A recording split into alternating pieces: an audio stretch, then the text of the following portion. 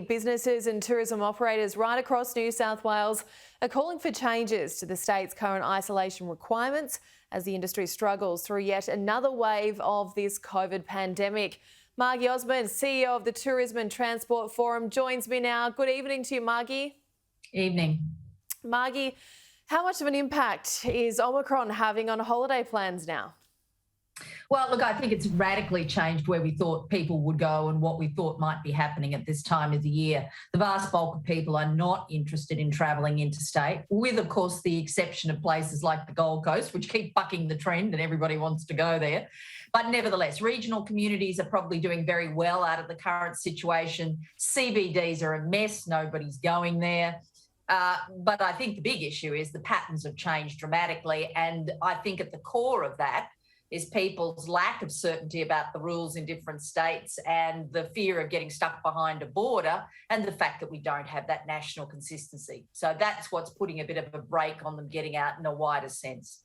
We'll get to the national consistency in just a moment, but the tourism industry, look, it's lost the last 4 school holiday periods in a row now. I feel like we've had this same conversation over and over again. This is actually number 5. Number 5. Well, there you go. You must feel like a broken record. But are you worried? Has this new strain brought a whole new element of concern? Look, I think the problem is it's arrested what we saw as a recovery. There's no doubt that bookings were incredibly strong earlier in December and November.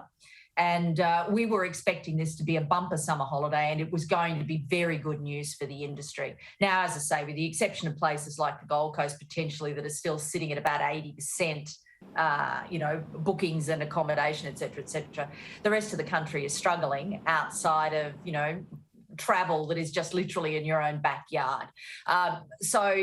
Really what you're looking at across the country is billions of dollars being lost yet again over school holidays and retarding the process of people feeling confident about travelling more widely. And it's that confidence that's the big issue. Density limits, of course, particularly here in New South Wales, are back. So again, we've got these smaller operators. You've got your wine bars and your cafes. I mean, some of them must be really close to just calling it a day. Well, look, we did survey a couple of months ago asking businesses across the country from the hospitality and tourism sectors where they thought they might be after Christmas. Now, at that stage, before Omicron, something like a third of them said they doubted they would be here after Christmas, which is a real problem structurally for the industry and at a very personal level for those businesses and the people they employ and the communities they support. And remember, it's not just about the tourism businesses. It'll be about the local hairdresser and the supermarket and a million other businesses, particularly in regional communities, who I just hope are getting some sort of boost from the stay-at-home trend. Because there's also hesitation in regional centres. As much as they want visitors, they're also a little bit hesitant to have the city folk, for want of a better word, bringing anything out to the west. I know there's a real sort of bit of a standoff out there.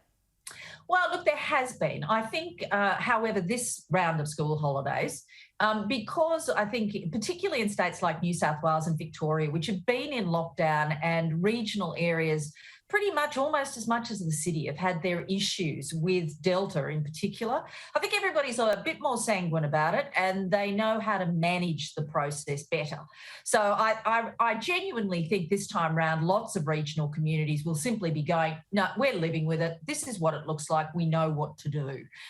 They've got a very mature response now to the virus. And I think that's probably in some ways, if there's an upside about lockdown, it's the gift that the lockdown sort of has given New South Wales and Victoria is a very experienced community in dealing with the virus. Is it time to welcome international tourists back? I don't know whether it's a case of welcoming them back. I think the case is they're not coming back until a few things are fixed. One of those will be aviation capacity, because we've lost so many carriers to different parts of the world that are in fact flying more freely. So there aren't enough seats to put bottoms on. Number 2, we're a long-haul destination. Nobody is coming here, lovely as New South Wales and Victoria are, unless there's a consistent and easy way for them to get around the country and a minimal testing environment for those who are vaccinated. Because if you're coming here, you want to go to the Great Barrier Reef and Ningaloo and Uluru and everywhere else. So that will be standing in the way of us getting back those international travellers again. I don't think we're going to see any kind of real numbers until the second half of next year.